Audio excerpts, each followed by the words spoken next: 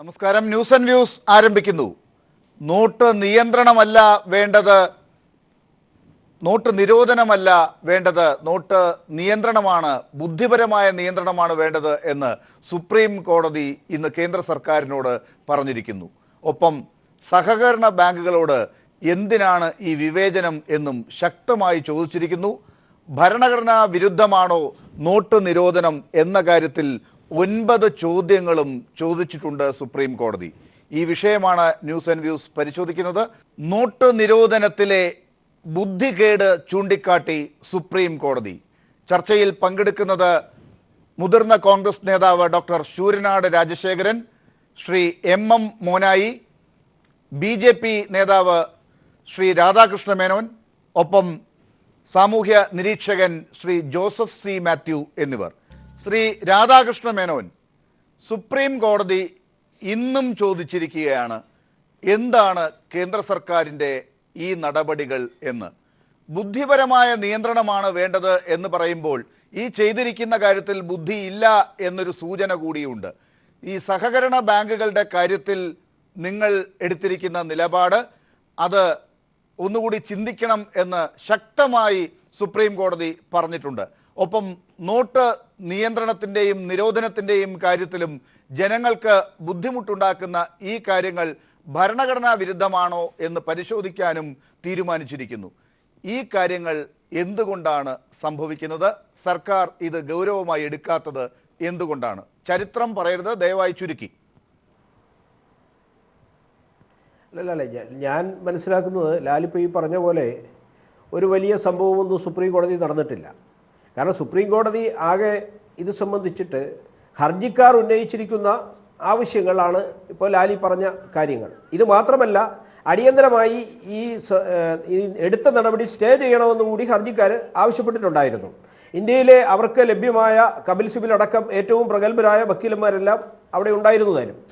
അവരെല്ലാം ചേർന്ന് ഇങ്ങനെ ചില ആവശ്യങ്ങൾ ഉന്നയിച്ചപ്പോൾ ആ ആവശ്യങ്ങളെ സംബന്ധിച്ചിട്ടുള്ള ഒരു എക്സ്പ്ലനേഷൻ ഗവൺമെൻറ്റിൻ്റെ ഭാഗത്തു നിന്ന് കൊടുക്കണം എന്ന് സുപ്രീം കോടതി ഗവൺമെൻറ്റിൻ്റെ അഭിഭാഷകനോട് സൂചിപ്പിച്ചു. അത് സ്വാഭാവികമായിട്ടുണ്ടാകുന്ന ഒരു കാര്യം എന്നതിൽ കവിഞ്ഞ്, അല്ല സുപ്രീം കോടതി ഇത് സംബന്ധിച്ച് അങ്ങനെ ഒരു അടിയന്തര ഇടപെടലിൻ്റെ പ്രസക്തി ഉണ്ട് എന്ന് സുപ്രീം കോടതിക്ക് തോന്നിയെങ്കിൽ തീർച്ചയായിട്ടും ഇപ്പോൾ ഒരു സ്റ്റേ അനുവദിക്കുമായിരുന്നു, ഈ നടപടി സ്റ്റേ ചെയ്തുകൊണ്ട് ഉത്തരവിറക്കുമായിരുന്നു. അങ്ങനെയൊന്നും ഉണ്ടാവാത്ത സ്ഥിതിക്ക് ശ്രീ രാധാകൃഷ്ണ മേനോൻ, ഇങ്ങനെ ഒരു കാര്യത്തിൽ പെട്ടെന്ന് സുപ്രീം കോടതി ഒരു സ്റ്റേയിലേക്ക് പോകുന്നതിന് സാധ്യതയില്ല. അതെന്തുകൊണ്ടാണെന്ന് ഊഹിക്കാവുന്നതേ ഉള്ളൂ. സുപ്രീം കോടതിയും കൂടി ഒരു അടിയന്തരാവസ്ഥയ്ക്ക് തുല്യമായ രീതിയിലേക്ക് കാര്യങ്ങളെ കൊണ്ടുവന്ന് എത്തിക്കാൻ മിനക്കെടില്ല എന്നുള്ളത് എല്ലാവർക്കും ഊഹിക്കാം. ഇന്ന് അങ്ങ് പറഞ്ഞതുപോലെ അല്ല കാര്യങ്ങൾ. 3 അംഗ ബെഞ്ചാണ്, അതിൽ ചീഫ് ജസ്റ്റിസ് കൂടി അടങ്ങുന്ന ബെഞ്ചാണത്. Chief justice Shri TS Thakur 9 ചോദ്യങ്ങളാണ് സർക്കാരിനോട് ചോദിച്ചിരിക്കുന്നത്. ഭരണഘടനാ വിരുദ്ധമാണോ ഈ നടപടി എന്ന് അന്വേഷിക്കുന്നതിൻ്റെ ഭാഗമായി അതിൻ്റെ റിപ്പോർട്ട് അടുത്ത ബുധനാഴ്ച, ഈ അവധി കഴിഞ്ഞ് വരുന്ന അടുത്ത ദിവസം ബുധനാഴ്ച തന്നെ സമർപ്പിക്കണമെന്നും പറഞ്ഞിട്ടുണ്ട്. അടിയന്തരമായി തന്നെയുള്ള നടപടികളാണ് സുപ്രീം കോടതി പ്രതീക്ഷിക്കുന്നത്. പ്രത്യേകിച്ച് ഈ സഹകരണ ബാങ്കിൻ്റെ കാര്യത്തിൽ ഈ ഇതുവരെ ഉള്ള പണം, കൈവശമുള്ള പണം ചില വ്യവസ്ഥകളോടുകൂടി സ്വീകരിക്കാൻ പറ്റുമോ എന്ന കാര്യം പരിഗണിക്കണം എന്നാണ് സുപ്രീം കോടതി ഇന്ന് പറഞ്ഞിരിക്കുന്നത്. അല്ലെ, സുപ്രീം കോടതി പറഞ്ഞാലും ഇല്ലെങ്കിലും സഹകരണ ബാങ്കിൻ്റെ കാര്യത്തിൽ ഒരു ന്യായമായ പരിഗണന ആവശ്യമുള്ളതാണ് എന്ന് നമുക്കെല്ലാവർക്കും അറിയാം. അത് സഹകരണ ബാങ്ക് കഴിഞ്ഞ കാലത്ത് നിയമം കർശനമായി പാലിക്കാതെ വന്നതുകൊണ്ടുണ്ടായ അപാകതയാണ് എന്നും നമുക്കറിയാം. ഇപ്പോൾ അവരത് അത് നിങ്ങൾ പറഞ്ഞു പ്രചരിപ്പിച്ച കാര്യങ്ങൾ മാത്രമാണ് എന്ന് സുപ്രീം കോടതിക്കും ഇന്ന് ബോധ്യപ്പെട്ടിരിക്കുന്നു. കാരണം ഈ KYCയുടെ കാര്യത്തിലും മറ്റ് കള്ളനോട്ട് കണ്ടുപിടിക്കാനുള്ള വൈദഗ്ധ്യം ഇല്ല എന്ന് നിങ്ങൾ പ്രചരിപ്പിച്ച കാര്യത്തിലും അത് തെറ്റാണെന്ന് നബാർഡ് തന്നെ കൊടുത്ത റിപ്പോർട്ട് സുപ്രീം കോടതിയിൽ കൊടുത്തു. അത് സുപ്രീം കോടതി കാര്യമായി പരിഗണിക്കുകയും ചെയ്തു. കോടതിയുടെ ഫൈനൽ വിധി വരട്ടെ. ഏതായാലും ലാല് പറയും പോലെ ആണെങ്കിൽ ഇപ്പോൾ ഇവിടെയൊക്കെയുള്ള പ്രാദേശിക സഹകരണ സംഘങ്ങളെ നമുക്ക് എല്ലാവർക്കും അറിയാം, ലാലിനും അറിയാം, എനിക്കും അറിയാം, ഈ ചർച്ചയിൽ പങ്കെടുക്കുന്ന മറ്റുള്ളവർക്കും അറിയാം. അത് ഈ ചർച്ച വഴിതിരിച്ചു കൊണ്ടുപോകരുത്. എൻ്റെ ചോദ്യം 2 പ്രധാനപ്പെട്ട കാര്യങ്ങളെ ഫോക്കസ് ചെയ്തുകൊണ്ടാണ്. ഒന്ന്, ജില്ലാ സഹകരണ ബാങ്കുകളുടെ കാര്യത്തിൽ വ്യവസ്ഥകൾക്ക് അനുസരിച്ച് പണം എങ്ങനെയാണ് ഇടപാടുകൾ നടത്തി മുന്നോട്ട് പോകാൻ പറ്റുക എന്ന് പരിഗണിക്കണമെന്ന് സുപ്രീം കോടതി പറഞ്ഞിരിക്കുന്നു. സുപ്രീം കോടതിയെ കൊണ്ട് നിങ്ങൾ പറയിച്ചു, നിങ്ങൾ നേരത്തെ പറഞ്ഞ കാര്യങ്ങൾ അവിടെ വസ്തുതയ്ക്ക് നിരക്കുന്നതല്ല എന്ന വിവരം സുപ്രീം കോടതിക്ക് ഗൗരവമായി പരിഗണിക്കേണ്ടി വന്നു. രണ്ടാമത്തെ കാര്യം, ഈ നോട്ട് നിയന്ത്രണം എന്ന കാര്യം തന്നെ സുപ്രീം കോടതിക്ക് ഇപ്പോൾ ഈ നിരോധനം തന്നെ ബോധിച്ചിട്ടില്ല. അതുകൊണ്ടാണ് ആ കാര്യത്തിൽ ബുദ്ധിപരമായ നിയന്ത്രണമാണ് വേണ്ടത്, ഇങ്ങനെയല്ല ഇത് ബുദ്ധിയില്ലാത്തതാണ് എന്ന് സൂചന നൽകുന്ന രീതിയിൽ സുപ്രീം കോടതി പറഞ്ഞത്.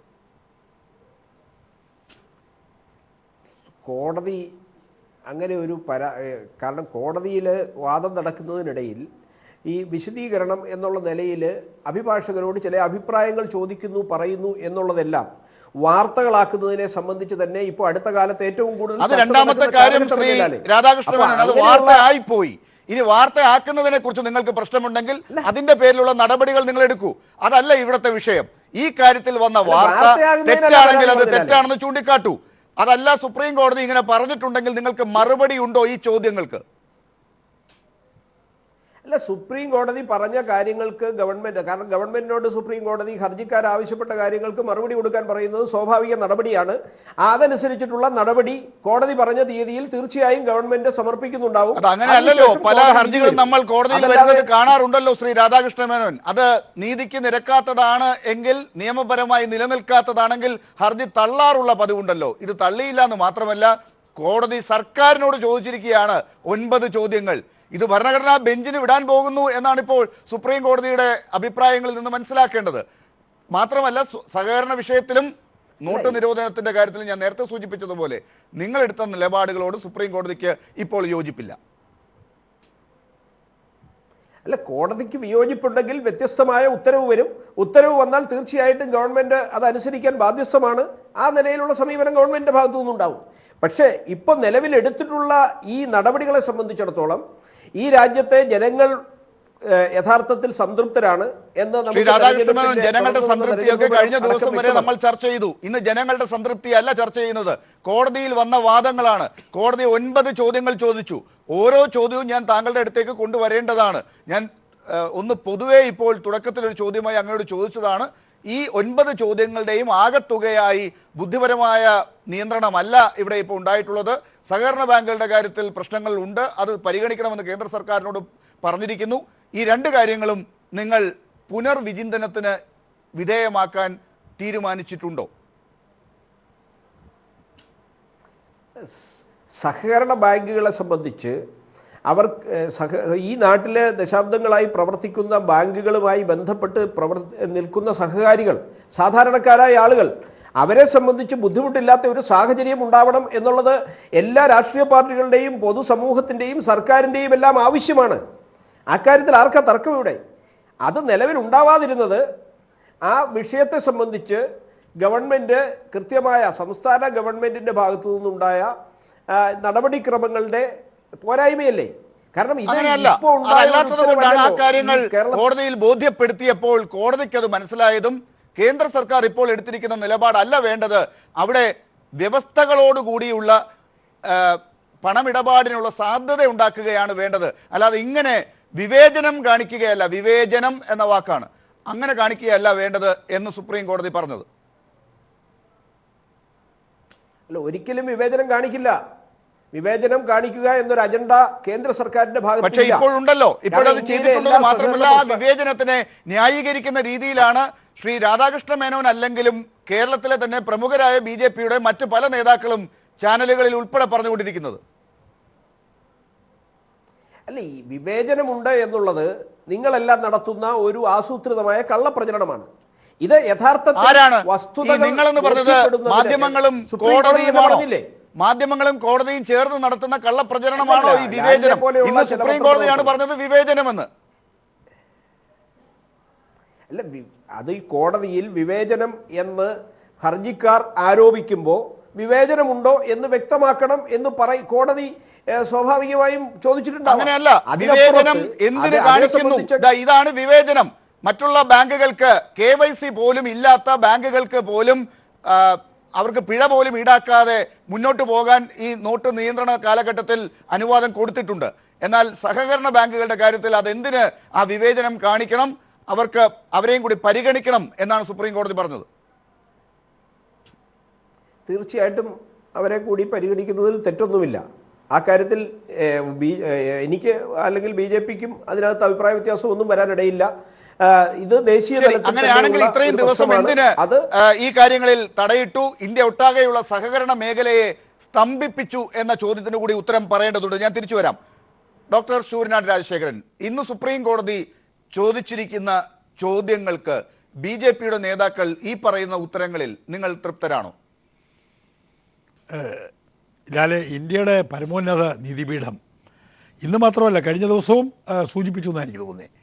ഈ വിഷയം ഇന്ത്യയിലെമ്പാടും നിൽക്കുന്ന നോട്ടിനെ സംബന്ധിച്ചുള്ള കോടതിയിൽ വന്നിട്ടുള്ള കേസുകളെല്ലാം കൂടി പഠിച്ചതിന് ശേഷം കോടതി പറഞ്ഞിരിക്കുന്നത് ഭരണഘടനാ ബെഞ്ചിനെ വിടുന്ന കാര്യം ആലോചിക്കുന്നു എന്നാണ് പറഞ്ഞത്. വളരെ ദൂരവ്യാപകമായ ഫലമുണ്ടാകുന്നൊരു കാര്യമാണ്. ഭരണഘടനാ ബെഞ്ചിനെ വിടുന്നുവെന്ന് പറഞ്ഞാൽ ചീഫ് ജസ്റ്റിസ് ചെയർമാനായിട്ടുള്ള പാനലിന് ബോധ്യം വന്നിരിക്കുന്നു, ഭരണഘടനയ്ക്ക് വിരുദ്ധമായി ഇന്ത്യൻ പ്രധാനമന്ത്രി ഈ നോട്ടിൻ്റെ വിഷയത്തിൽ പ്രവർത്തിച്ചിരിക്കുന്നു എന്ന് തോന്നിയിരിക്കുന്നു. ഒന്ന്.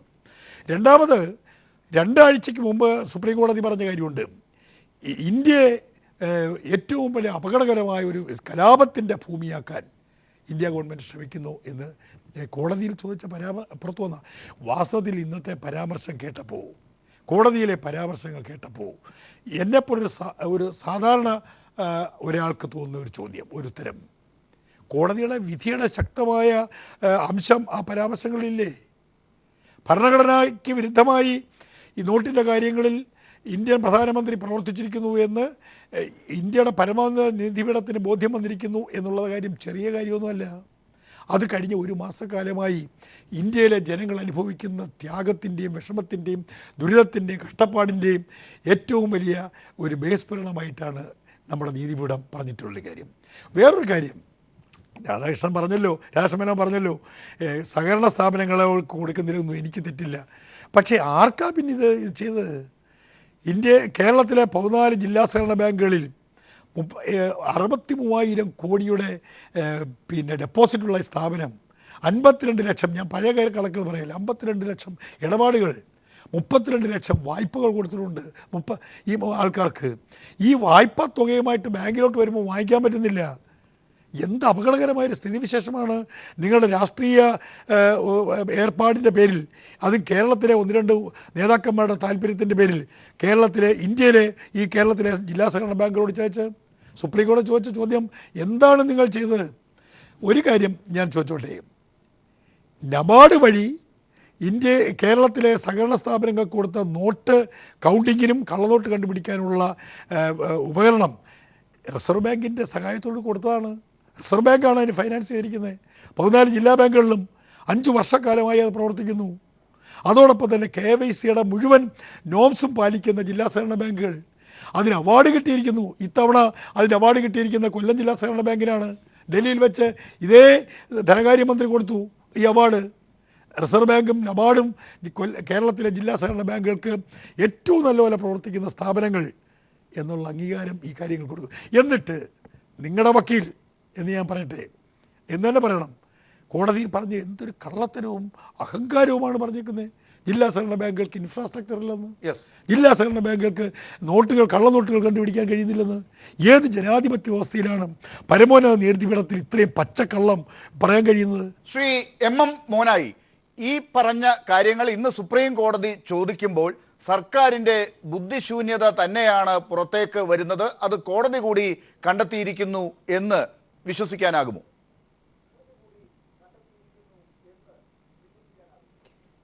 സുപ്രീം കോടതിയുടെ 9 ചോദ്യങ്ങൾക്ക് മുന്നിൽ കേന്ദ്ര ഗവൺമെൻറ്റിൻ്റെ അറ്റോർണി ജനറൽ പതറിപ്പോകുന്നതായിട്ടാണ് കണ്ടത്. കാരണം കോടതി ഇത് നിരീക്ഷിക്കുകയാണ് എന്നുള്ളത് നേരത്തെ തന്നെ കോടതി പറഞ്ഞിരുന്നു.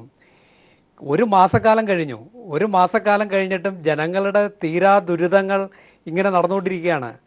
ആളുകൾ ക്യൂ നിൽക്കുന്നു, ആളുകൾക്ക് തുക കിട്ടുന്നില്ല, സർവ്വ മേഖലയും സ്തംഭിച്ചു, നമ്മുടെ മിക്ക നിർമ്മാണ മേഖലയും സ്തംഭിച്ചു. RBI തന്നെ പുറത്തു വരുത്തിയിരിക്കുന്ന കണക്ക് പ്രകാരം നമ്മളുടെ GDPയിൽ വലിയ കുറവ് വരാൻ പോകുന്നു.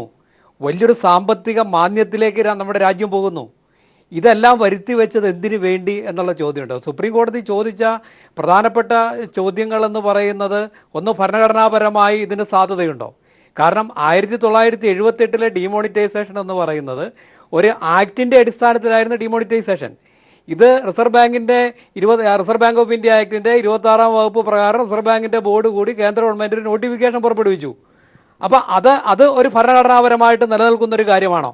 മറ്റൊന്ന്, നിങ്ങൾക്ക് നോട്ട് വേണമെങ്കിൽ ഡിമോണിറ്റൈസ് ചെയ്യാം, പക്ഷേ 24,000 രൂപ എന്തിന് നിയന്ത്രിക്കണം? സാധാരണ ആളുകളുടെ അധ്വാനിച്ച് ടാക്സ് കൊടുത്ത് ബാങ്കിലിടുന്ന ആളുകൾക്ക് പൈസ എടുക്കാൻ സാധിക്കുന്നില്ല. അപ്പോൾ 24,000 രൂപയുടെ നിയന്ത്രണം നിങ്ങൾ എന്തിന് ഏർപ്പെടുത്തി? 3, സഹകരണ മേഖല എന്ന് പറഞ്ഞാൽ നമ്മുടെ ഈ ഭാരതത്തിൽ, കേരളത്തിൽ സഹകരണ മേഖല മാത്രമല്ല, കേരളത്തിലെ സഹകരണ മേഖലയെ സംബന്ധിച്ച് തെളിഞ്ഞു കഴിഞ്ഞു. ഇപ്പോൾ തന്നെ എൻ്റെ സുഹൃത്ത്, BJPയുടെ സുഹൃത്ത് പറഞ്ഞ ഈ നിയന്ത്രണത്തിൻ്റെ ആവശ്യമില്ലായിരുന്നു എന്ന്. അപ്പം നേരത്തെ ഇന്ത്യയിലെ സഹകരണ മേഖല മൊത്തം, ഈ കേരളത്തിലെ സഹകരണ ബാങ്കുകൾ മാത്രമല്ല, മഹാരാഷ്ട്ര, കർണാടക, ഗുജറാത്ത്, ഈ പ്രദേശത്ത് ഇന്ത്യയിലെ മുഴുവൻ ഗ്രാമങ്ങളെയും സമഗ്രമായി പരിഹരിക്കപ്പെടുവാൻ ഇന്ത്യയിലെ ബാങ്കിങ് വ്യവസ്ഥയ്ക്ക് സാധ്യമല്ല. അതുകൊണ്ടാണ് സഹകരണ മേഖലയുടെ പ്രാധാന്യം 100 വർഷക്കാലമായിട്ട് നമ്മുടെ ഭരണഘടന തന്നെ തിരിച്ചറിഞ്ഞിരിക്കുന്നത്. ഭരണഘടനയുടെ 19-ാം വകുപ്പ് പ്രകാരം സഹകരണ പ്രസ്ഥാനം പ്രവർത്തിക്കുന്നു, ബാങ്ക് റെഗുലേഷൻ ആക്ട് പ്രകാരം പ്രവർത്തിക്കുന്നു, reserve bank of India act പ്രകാരം പ്രവർത്തിക്കുന്നു, സംസ്ഥാന സഹകരണ നിയമപ്രകാരം പ്രവർത്തിക്കുന്നു. ഇങ്ങനെ നിയമവിധേയമായി 100 വർഷക്കാലം പ്രവർത്തിക്കുന്ന സഹകരണ മേഖലയിൽ വിശ്വസിച്ച് നിക്ഷേപിച്ച ആളുകൾക്ക് ഒറ്റ പൈസ പോലും കിട്ടാത്ത ഈ സങ്കീർണത ഈ സഹകരണ ബാങ്കിന് എന്തിനു വരുത്തിവെച്ച് എന്ന ചോദ്യം സുപ്രീം കോടതി ചോദിച്ചപ്പോൾ കേന്ദ്ര ഗവൺമെൻറ്റിൻ്റെ ആളുകൾക്ക് ഉത്തരമില്ല. ഇപ്പം സഹകരണ മേഖലയെ കൂടി ആ മേഖലയെ അതിന് വിശ്വാസത്തിലെടുത്തിരുന്നെങ്കിൽ ഇത്രമാത്രം ദുരിതം സാധാരണ ആളുകൾക്ക് വരുമായിരുന്നില്ല. പിന്നെ ഒരു കാര്യമായിട്ട് പറയട്ടെ, ഇപ്പോൾ പറയുന്നുണ്ട്, ഇപ്പോൾ KYC നോംസ് എല്ലാം പാലിച്ച ന്യൂ ജനറേഷൻ ബാങ്കിൽ നിന്നാണല്ലോ ഇന്ന് വാർത്ത വരുന്നത് 70 കോടി പിരിച്ചു, KYC നോം ഇല്ലാതെ 100 കോടി നിക്ഷേപിച്ചു. അപ്പോൾ സഹകരണ മേഖലയെ മുഴുവൻ ആക്ഷേപിച്ചത് എന്തായിരുന്നു? ഇപ്പോൾ ഈ റിസർവ് ബാങ്കിൻ്റെ കീഴിൽ പ്രവർത്തിക്കുന്ന ന്യൂ ജനറേഷൻ ബാങ്കിലാണ് ഏറ്റവും വലിയ ഈ കള്ളപ്പണം നിക്ഷേപിച്ചതായിട്ട് ഇപ്പോൾ വിളിച്ചെത്തു വന്നിരിക്കുന്നത്. ജോസഫ് സി മാത്യു, ഈ 9 ചോദ്യങ്ങളിൽ വളരെ പ്രധാനം എന്ന് തോന്നുന്ന 2 ചോദ്യങ്ങളാണ്. ഈ RBI ആക്ട് പ്രകാരം നോട്ട് അസാധുവാക്കുവാൻ കഴിയുമോ എന്ന് സുപ്രീം കോടതി ചോദിച്ചിരിക്കുന്നു. മറ്റൊന്ന്, ഇവിടെ പലരും ചൂണ്ടിക്കാട്ടിയ ഭരണഘടനാ പ്രകാരം മൗലിക അവകാശങ്ങളുടെ ലംഘനമാണോ ഈ നടന്നിരിക്കുന്നത് എന്ന്. ഈ കാര്യം ഇന്ന് കോടതി ചോദിച്ചിരിക്കുകയാണ്. ഇത് തന്നെയാണോ ശരി? ഇത് നേരത്തെ തന്നെ നമ്മൾ ഒരു വട്ടം ചർച്ച ചെയ്തതാണ്. 48-ലും 46-ലും 78-ലും ഡിമോണിറ്റൈസേഷൻ നടക്കുമ്പോൾ അതൊരു ഓർഡിനൻസിൻ്റെയും ആക്ടിൻ്റെയും പിന്നീട് വന്ന ആക്ടിൻ്റെയും പിൻബലത്തോടു കൂടിയാണ് ചെയ്യുന്നത്. ഇത് ഒരു പാർലമെൻറ്റ് സമ്മേളിക്കാൻ ഒരാഴ്ച പോലും ബാക്കിയില്ലാതിരിക്കെ ഒരു ഏകപക്ഷീയമായ ഒരു ഗസറ്റ് നോട്ടിഫിക്കേഷനിലൂടെ ഇത്തരം ഒരു തീരുമാനം എടുക്കുക എന്ന് പറഞ്ഞാൽ അത് തീർച്ചയായിട്ടും ഭരണഘടനയ്ക്ക് അതീതമായി ഭരണഘടനാ വിരുദ്ധമായ ഒരു തീരുമാനമാണ്. എന്ന് മാത്രമല്ല, ജനാധിപത്യത്തിൻ്റെ ശ്രീകോവിൽ എന്നൊക്കെ നമ്മൾ പറയാറുള്ള നമ്മുടെ ലെജിസ്ലേറ്റീവ് ബോഡിയായിട്ടുള്ള പാർലമെൻറ്റിനോടുള്ള അവഹേളനം, ജനപ്രതിനിധികളോടുള്ള അവഹേളനവുമാണ്. എന്ന് മാത്രമല്ല, പാർലമെൻറ്റ് സമ്മേളിച്ചപ്പോൾ എന്തുകൊണ്ട് ഇങ്ങനെ ഒരു തീരുമാനം എടുക്കേണ്ടി വന്നു എന്നൊരു പ്രസ്താവന ഇവിടെ നടത്താനോ ഒരു ഇൻഫോംഡ് ഡിസ്കഷന് വേണ്ടിയുള്ള ഒരു വേദി ഒരുക്കാനോ പോലും പ്രധാനമന്ത്രിയോ ഗവൺമെൻറ്റോ തയ്യാറാകുന്നില്ല. പകരം പുറത്ത് പൊതുയോഗങ്ങളിൽ ഇതിനെ പല രീതിയിൽ ആക്ഷേപിച്ചും വിശേഷിപ്പിച്ചും പ്രസംഗിക്കുകയാണ്. എന്നാൽ ഏറ്റവും അധികം അക്കൗണ്ടബിലിറ്റി ഉള്ള പാർലമെൻറ്റിനോട് ഇതിനെക്കുറിച്ച് സംസാരിക്കാൻ തന്നെ തയ്യാറാകുന്നില്ല. പക്ഷേ നമ്മളത് പറഞ്ഞിട്ട് കാര്യമില്ല. അങ്ങനെയാണ് ഗവൺമെൻറ്റിൻ്റെ ഒരു ആറ്റിറ്റ്യൂഡ് അങ്ങനെ തന്നെയാണ്. അപ്പോൾ അതിനി സുപ്രീം കോടതി അതിനെ സംബന്ധിച്ച് എന്തെങ്കിലും ഒരു കമൻറ്റ് പറഞ്ഞാൽ ഒരു അടിയന്തരാവസ്ഥ കൂടി ചിലപ്പോൾ നമ്മൾ ഫേസ് ചെയ്യേണ്ടി വരും എന്ന് മാത്രമേ അതിനുള്ളൂ എന്നാണ്. അതിനെ ഫേസ് ചെയ്യാൻ തയ്യാറാകുന്ന രീതിയിലാണ്, വരട്ടെ എന്നുള്ള രീതിയിലാണ് ഗവൺമെൻറ് നീങ്ങുന്നതെന്നാണ് ഞാനതിനെ റീഡ് ചെയ്തിട്ടുള്ളത്. രണ്ടാമത്, നമ്മുടെ ഒരു നിയമവ്യവസ്ഥയിൽ ഇപ്പോൾ നേരത്തെ ശ്രീ രാധാകൃഷ്ണ മേനോൻ തന്നെ പറഞ്ഞു, സഹകരണ മേഖലയിൽ ഒരു ഭൂരിപക്ഷം വരുന്ന ആൾക്കാരും സാധാരണക്കാരാണ്. പക്ഷേ അവിടെ ചില കള്ളപ്പണക്കാരും ഉണ്ട്. ഇതാണ് ഇവർ പറയുന്നത്. അതുകൊണ്ട് എന്താ ചെയ്യുന്നത്? എല്ലാവരുടെയും ക്രയവിക്രയത്തിനുള്ള അവകാശം കൊണ്ട് ബാൻ ചെയ്യുക. ഇപ്പം നമ്മുടെ നിയമവ്യവസ്ഥ അനുസരിച്ച് 1000 കുറ്റവാളികൾ രക്ഷപ്പെട്ടാലും ഒരു നിരപരാധി ശിക്ഷിക്കപ്പെടരുതെന്നുള്ളൊരു അടിസ്ഥാന തത്വം നിൽക്കുന്നിടത്ത് ബൈ ഡിഫോൾട്ട് എല്ലാവരും കള്ളപ്പണക്കാരാണെന്ന് പറയുക. പിന്നെ നിങ്ങളുടെ പണം ഉള്ളതുകൊണ്ട് ബാങ്കിൽ വന്ന് വിരലിൽ മഷി പുരട്ടി നിങ്ങളുടെ സത്യസന്ധത തെളിയിച്ചുകൊണ്ട് പോവുക. അപ്പം നാഷണാലിറ്റി, ബ്ലാക്ക് മണി, ഇങ്ങനെ ടാഞ്ചിബിൾ അല്ലാത്ത കുറേ പദങ്ങൾ പറഞ്ഞുകൊണ്ട് നമ്മുടെ ഓരോരോ അവകാശങ്ങൾ കവർന്നെടുക്കുകയാണ്. എന്നിട്ട് നമ്മുടെ നാഷണാലിറ്റി തെളിയിക്കാൻ വേണ്ടി നമ്മൾ ഇതിനെല്ലാം വിധേയരായി നിന്നു കൊടുക്കണം, അല്ലാത്തവരെല്ലാം രാജ്യദ്രോഹികൾ, അല്ലാത്തവരെല്ലാം കള്ളപ്പണക്കാർ എന്ന് ബ്രാൻഡ് ചെയ്യുക. പക്ഷേ ശ്രീ ജോസഫ് സി മാത്യു, ഈ കാര്യങ്ങളെല്ലാം കഴിഞ്ഞ കുറേ ദിവസങ്ങളായി നടന്നിട്ട് 32 ദിവസം ആകാൻ പോകുന്നു. ഇങ്ങനെ നടന്നിട്ടും ഒരാൾ പോലും പരാതി പറഞ്ഞില്ലല്ലോ, എല്ലാവരും ഇപ്പോഴും സർക്കാരിനെ ജയ് വിളിക്കുകയാണല്ലോ എന്നാണ് സർക്കാർ അവകാശപ്പെടുന്നത്. പല തെരഞ്ഞെടുപ്പുകളിലും ജയിച്ചല്ലോ എന്നൊക്കെയാണ് അവരുടെ വാദം. അല്ല, അതാണ് ഞാൻ പറഞ്ഞത്. അതിനെ അവഗണിച്ച് മുന്നോട്ട് പോകാൻ ഒരു സർക്കാർ, നമ്മൾ കൊടുത്ത അധികാരമായിരിക്കാം, പക്ഷേ അധികാരം ഇപ്പോൾ കയ്യിലുണ്ടല്ലോ. അപ്പോൾ നമ്മൾ അതിനെ അവഗണിച്ചുകൊണ്ട് മുന്നോട്ട് പോകാൻ ഒരു സർക്കാർ തീരുമാനിച്ചു കഴിഞ്ഞാൽ അത് ജനാധിപത്യ വിരുദ്ധമാണെന്നേ നമുക്ക് പറയാൻ കഴിയുള്ളൂ. പക്ഷേ അത് കൊടുത്ത അധികാരമില്ലേ എന്നൊക്കെയുള്ള ചോദ്യത്തിന് നമുക്ക് മറുപടി ഇല്ലല്ലോ. ഇപ്പോൾ KYCയുടെ കാര്യം പറഞ്ഞു, അതിവിടെ നേരത്തെ ചൂണ്ടിക്കാണിക്കുകയും ചെയ്തു.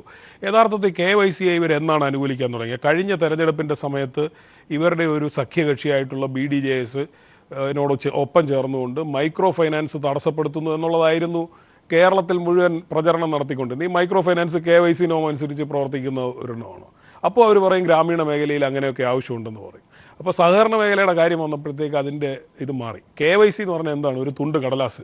അതിൻ്റെ പൊള്ളത്തരമാണ് ഇന്ന് ആക്സിസ് ബാങ്കിൽ വെളിവായത്. നിങ്ങൾക്ക് ആക്സിസ് ബാങ്കിലെ മുഴുവൻ ഇടപാടുകളും നിരോധിക്കാൻ ഈ ഗവൺമെൻറ്റിന് കഴിയുമോ? കഴിയില്ല. നോട്ട്സാണ് ഏറ്റവും അധികം കള്ളപ്പണം പരത്തുന്നതെന്ന് ഇവർ പറയുന്നു. ഇവർ ഷെയർ മാർക്കറ്റ് ഒരു ദിവസം പൂട്ടിയിടുമോ? കഴിയില്ല.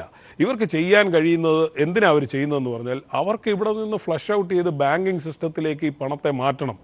അത് മാറ്റുക. ബാങ്കിലേക്ക് പണം വന്നു കഴിഞ്ഞാൽ ഇവിടുത്തെ കോർപ്പറേറ്റുകളുടെ സ്ട്രെസ്ഡ് ഡെറ്റ്സിൻ്റെ ഭാഗമായിട്ട് ഏതാണ്ട് 9 മുതൽ 10 ലക്ഷം കോടിയോളം രൂപ അക്കൗണ്ടബിളാണ്.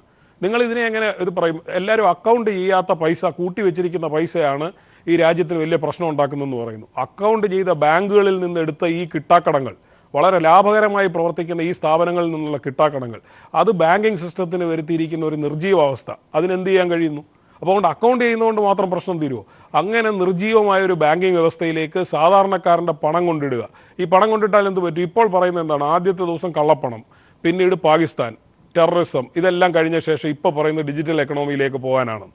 അപ്പോൾ ഇതിൻ്റെ ഈ സാധാരണക്കാരൻ്റെ പണം ഈ എക്കണോമിയിലേക്ക് വന്നാൽ നമ്മൾ പറയുന്ന ക്യാഷ്ലെസ് എക്കണോമി എന്ന് പറയുന്ന ഒരു വലിയ മഹത്തായ സ്വപ്നം പരസ്യപ്പെടുത്തുകയാണ്. നിങ്ങൾ നോക്കേണ്ടത് ക്യാഷ്ലെസ് എക്കണോമി എന്ന് പറയാവുന്നത് സ്വീഡനിലാണ് ഇപ്പോൾ ഉള്ളത്. സ്വീഡനിലെ ഇൻട്രസ്റ്റ് റേറ്റ് എന്ന് പറയുന്നത് -3.5 ആണ്. -0.35 ആണ്. അതായത് 1 രൂപ നിങ്ങൾ ബാങ്കിൽ ഇടണമെങ്കിൽ നിങ്ങൾ 35 പൈസ അങ്ങോട്ട് കൊടുക്കണം. നമ്മൾ വളരെ ലഘൂകരിച്ച് പറഞ്ഞാൽ എന്ന് പറഞ്ഞാൽ നിങ്ങൾ പോക്കറ്റിൽ കിടക്കുന്ന പൈസ ബാങ്കിലിടാൻ പ്രേരിപ്പിക്കുകയും ബാങ്കിലിടുന്നതിന് അങ്ങോട്ട് തുക കൊടുക്കുകയും ചെയ്യുക. നിങ്ങളിത് ചിലവാക്കിക്കൊണ്ടിരിക്കണം. അപ്പോൾ കസര കളിക്ക് നിൽക്കുന്നത് പോലെ എങ്ങോട്ട് ചിലവാക്കും? ചിലവാക്കി ഇത് സ്വീകരിക്കുന്നവനും പണം കൊടുത്തുകൊണ്ടിരിക്കണം. അങ്ങനെ ഇവരുടെ റെസഷനെ മെയിൻറ്റെയിൻ ചെയ്യാനുള്ള ഒരു പുതിയ സാമ്പത്തിക മന്ത്രമാണ് ഇവർ പറയുന്നത്. അതായത് ഇത് ഇങ്ങനെ പ്രേരിപ്പിക്കും. ജോസഫ് സി മാത്യു, ഈ പറഞ്ഞു വരുന്നത് ഇന്നിപ്പോൾ കോടതി ചോദിച്ചിരിക്കുന്നത് ഇത് ബുദ്ധിശൂന്യമായ നടപടിയാണോ എന്നാണ് സംശയിച്ചിരിക്കുന്നത്. അത് ബുദ്ധിശൂന്യമായ നടപടി എന്നല്ല, വേറെ ചില അജണ്ടയോട് കൂടിയുള്ള വളരെ തന്ത്രപരവും ബുദ്ധിപൂർവവുമായ ഒരു നീക്കം തന്നെയാണ് ഈ നടത്തുന്നത് എന്നാണോ കാണേണ്ടത്? ഒരു പൗരന് പ്രൈവസിക്കുള്ള റൈറ്റ് കോൺസ്റ്റിറ്റ്യൂഷൻ ഗ്യാരണ്ടി ചെയ്യുന്നില്ല എന്ന് സുപ്രീം കോടതിയെ അറിയിച്ച അറ്റോർണി ജനറലാണ് ഈ സർക്കാരിൻ്റെ അറ്റോർണി ജനറൽ. അതാണ് ഈ സർക്കാരിൻ്റെ നയം. അപ്പോൾ ഒരു പൗരന് പ്രൈവസി ആവശ്യമില്ല, അവൻ നടത്തുന്ന എല്ലാ ക്രയവിക്രയങ്ങളും വളരെ ട്രാൻസ്പെറൻ്റായി വരിക. ഒരു സർവൈലൻസ് സ്ട്രെയിറ്റിന് വേണ്ടി ശ്രമിക്കുന്ന വളരെ ഒരു ഏകാധിപത്യ ഭരണകൂടത്തിൻ്റെ ഒരു സ്റ്റെപ്പാണ്. നമ്മളിത് പറയുന്നുണ്ടെങ്കിൽ വളരെ കടത്തി പറയുന്നു എന്നൊക്കെ വേണേൽ വ്യാഖ്യാനിക്കാം. ഇത് പറഞ്ഞതല്ല, ഇപ്പം 30 ദിവസമായിട്ട് പറഞ്ഞല്ലോ, ഈ പറഞ്ഞതെല്ലാം മാറ്റി മാറ്റി പറയുന്നത് ആരാണ്? ഇതിൻ്റെ സപ്പോർട്ടേഴ്സായിട്ട് വരുന്നവർ തന്നെയാണ്. ഇതൊരു സർവൈലൻസ് സ്റ്റേറ്റിന് വേണ്ടിയുള്ള ശ്രമമാണ്. അതിനെതിരെ നമ്മുടെ പൗരന്മാർ വളരെ ജാഗരൂകരായിരിക്കണം. ഞാനിപ്പോൾ കാർഡ് വെച്ചുള്ള ട്രാൻസാക്ഷനാണ് നടത്തുന്നത്, വേറെ നിവൃത്തിയില്ലാത്തതുകൊണ്ട്. പക്ഷേ എന്ന് ക്യാഷ് തിരിച്ചു വരുന്നോ അന്ന് ഞാൻ കഴിയുന്നത്ര ക്യാഷ് എക്കണോമിയിലേക്ക്, ക്യാഷ് വെച്ചുള്ള ട്രാൻസാക്ഷനിലേക്ക്, കറൻസിയിലേക്ക് ഞാൻ തിരിച്ചു മാറും. എൻ്റെ മൈനർ ട്രാൻസാക്ഷൻസ് ട്രാക്ക് ചെയ്യാനുള്ള അവകാശം സ്റ്റേറ്റിന് കൊടുക്കാൻ ഞാൻ ആഗ്രഹിക്കുന്നില്ല. എന്ന് മാത്രമല്ല, ഇവിടെ യഥാർത്ഥത്തിൽ ആട്ടിറച്ചി കഴിച്ച വൃദ്ധനെ ബീഫാണെന്ന് കരുതി തല്ലിക്കൊന്ന ഒരു നാടാണിത്. ഇവിടെ എങ്ങനെ നിങ്ങൾ കാർഡ് വെച്ചിട്ട് ബീഫ് വാങ്ങി കഴിക്കും? എങ്ങനെ 6 മാസമുള്ള ഡാറ്റയും കൊണ്ടൊരു സംഘടന, അത് BJP ഒന്നും ആവില്ല, പക്ഷേ ഒരു സംഘടന ഭാരതത്തിൽ ചെയ്തല്ലോ. ഇങ്ങനെ പല പൊളിറ്റിക്കൽ ഫ്രീഡം, സർവൈലൻസിൻ്റെ വിഷയങ്ങളൊക്കെ ഇതിൽ ഉൾപ്പെട്ടിട്ടുണ്ട്.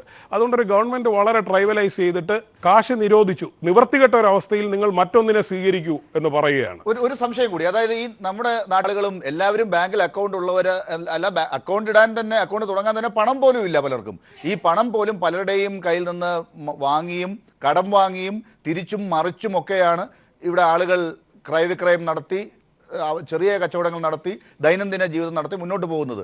ഇപ്പോൾ ആരും കടം കൊടുക്കുന്നില്ല, പലരും പട്ടിണിയാണെന്നുള്ള ആ വഴിക്ക് പട്ടിണിയാണെന്നുള്ളതും ആരും ചർച്ച ചെയ്യുന്നില്ല. അപ്പോൾ അങ്ങനെയുള്ള ഒരു അത് ഇക്കണോമിയുടെ ഭാഗമാണോ, അങ്ങനെ ഒരു ജീവിതം ഇവിടെ നയിക്കപ്പെടുന്നുണ്ട് പാവപ്പെട്ടവരുടെ, അത് ശ്രദ്ധിക്കപ്പെടാതെ പോവുകയാണോ ശ്രീ ജോസഫ് സി മാത്യു? ലാൽ, ഇതിനെ സംബന്ധിച്ച് ക്യാഷ്ലെസ് എക്കണോമിയിലേക്ക് പോകുന്നത് സംബന്ധിച്ച് RBIയുടെ ഒരു കൺസെപ്റ്റ് പേപ്പർ ഈ മാർച്ചിൽ തന്നെ RBI പബ്ലിഷ് ചെയ്തിട്ടുണ്ട്. അതിൽ വളരെ കൃത്യമായി എന്തൊക്കെയാണ് തടസ്സങ്ങളെന്ന് അവർ പറഞ്ഞിട്ടുണ്ട്. ആൾക്കാരുടെ ഇത് സംബന്ധിച്ചുള്ള പരിചയക്കുറവ് എന്ന് പറയുന്നത് അവരൊരു 6ാമത്തെ റീസണായിട്ടേ പറയുന്നുള്ളൂ. 7 കാര്യങ്ങൾ ലിസ്റ്റ് ചെയ്തിരിക്കുന്നതിൽ ഏറ്റവും ഒന്നാമത് പറയുന്നത് ഇവിടെ ഈ സ്വൈപ്പിംഗ് മെഷീനുകളുടെ അഭാവമാണ്. RBIയുടെ ഇന്നലത്തെ കണക്കനുസരിച്ച് 14,61,672 മെഷീനുകളെ ഈ രാജ്യത്തുള്ളൂ. ഏതാണ്ട് 1.6 crore റീറ്റെയിൽ ഔട്ട്ലെറ്റ്സ് ഉണ്ട്. അപ്പോൾ നമുക്കറിയാം വലിയ വസ്ത്രശാലകളിലും മറ്റുമൊക്കെ എത്ര സ്വൈപ്പിംഗ് കാർഡ്സാണ് ഒരു കടയിലുള്ളതെന്ന്. എന്ന് പറഞ്ഞാൽ ഒരു 10 ലക്ഷം കടകളുണ്ടെന്ന് തന്നെ വെക്കുക ഈ സംവിധാനമുള്ളത്. ഇത് RBIയുടെ ഔദ്യോഗിക കണക്കാണ്. ഓരോ ബാങ്കിൻ്റെയും കണക്ക് ടാലി ചെയ്തിട്ട് അവരെടുത്തിരിക്കുന്ന ടോട്ടലാണ്. ബാക്കി ഈ 1.5 കോടി ഔട്ട്ലെറ്റ്സിൽ നിന്ന് കസ്റ്റമേഴ്സിനെ ഈ 10 ലക്ഷത്തിലേക്ക് ഫ്ലോക്ക് ചെയ്ത് കൊടുക്കുക എന്ന് പറഞ്ഞാൽ ഈ 1.5 കോടി ഔട്ട്ലെറ്റ്സ് ദൈനംദിന പ്രവർത്തനത്തിന് നിങ്ങൾ മനസ്സിലാക്കേണ്ടത് ഈ 1.5 കോടി റീറ്റെയിൽ ഔട്ട്ലെറ്റ്സിൽ 4% കഴിച്ച് ബാക്കി 96% 500 സ്ക്വയർ ഫീറ്റിൽ താഴെയുള്ളതാണ് എന്ന് RBIയുടെ ഔദ്യോഗിക കണക്കാണ്. ഈ കൺസെപ്റ്റ് പേപ്പറിൽ തന്നെ ഉള്ളത്.